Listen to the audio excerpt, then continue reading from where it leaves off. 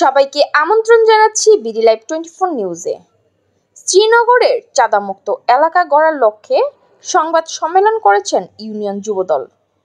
বিস্তারিত দেখুন শ্রীনগর মুন্সিগঞ্জ প্রতিনিধি সাফিন আহমেদের রিপোর্টে। মঙ্গলবার বিকেলে শ্রীনগর উপজেলার শ্যামসিদ্ধি ইউনিয়নের গাদিঘাট গ্রামে বিএনপি কার্যালয়ে এই সংবাদ সম্মেলন অনুষ্ঠিত হয়। সংবাদ সম্মেলনে বক্তব্য পাঠ করেন শ্যামসিদ ইউনিয়ন যুবদলের সাধারণ সম্পাদক আব্দুর রহিম। তিনি বলেন, বিগত ফ্যাসিস্ট সরকারের দোসরদের সাথে হাত মিলিয়ে যুবদলের নাম ভাঙিয়ে একটি চক্র এ এলাকায় জনগণের কাছ থেকে চাঁদাবাজি করছে।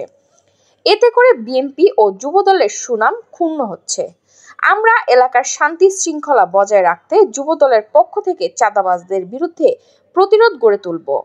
এ সময় চাঁদাবাজদের শিকার স্থানীয় ভুক্তভোগী জাকির হোসেন ৬০ জাবুর বলেন, আমার কাছে ২৫,০০০ টাকা চাঁদা চাওয়া হয়েছে। স্থানীয় ভুক্তভোগী মোহাম্মদ সাব্বির ২৩ জানায়, মাঠের পরিস্থিতি ভালো না, টাকা বরাদ্দ রয়েছে মাঠের কাজের জন্য। যে দায়িত্বে ছিল মাঠের কাজের ২৫,০০০ টাকা বুঝ দেয়। নাম উল্লেখ করে সংবাদ সম্মেলনে বক্তব্য রাখেন। এ সময় উপস্থিত ছিলেন শ্রীনগর উপজেলা যুবদলের সাবেক সাধারণ সম্পাদক মতিউর রহমান মতিন, বিএনপির নেতা ফিরোজ প্রধান, আব্দুল হাই সহ বিএনপি ও অঙ্গ সংগঠনের নেতাকর্মীরা। আমি আব্দুর রহিম, শ্যামসিদ্ধি ইউনিয়নের বাংলাদেশ জাতীয়তাবাদী দল যুবদলের সাধারণ সম্পাদক।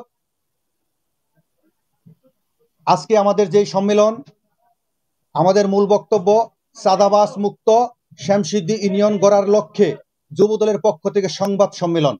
সেই লক্ষ্যে আমি আব্দুর রহিম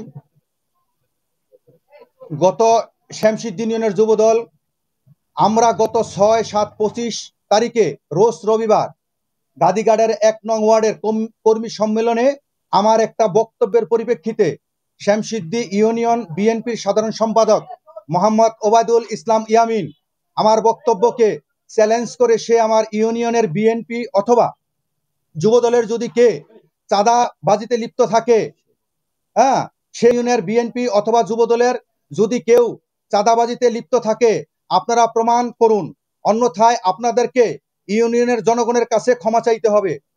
শ্যামসিদ্ধি ইউনিয়নের গাদিঘাট থেকে আমার কাছে আমবাড়ি আমার বাড়িতে যাইয়া আমার কাছে পয়লা ২৫,০০০ টাকা চাঁদা চাইছে একটা সাল্লিশের ব্যাপারে। সাল্লিশ আমি কইছি মানি, তো সাল্লিশ মানছো, আমাদের কইছে আমরা ওই কেলাপে সাল্লিশ করবো। আমি কইছি কেলাপে না, ১ নম্বর ওয়ার্ডে সাল্লিশ ১ নম্বর ওয়ার্ডে হইব। মানি না দেখে আমার ওই ১ নম্বর ওয়ার্ডে ২ নম্বর ওয়ার্ডে আমার ডাকদা নিয়া।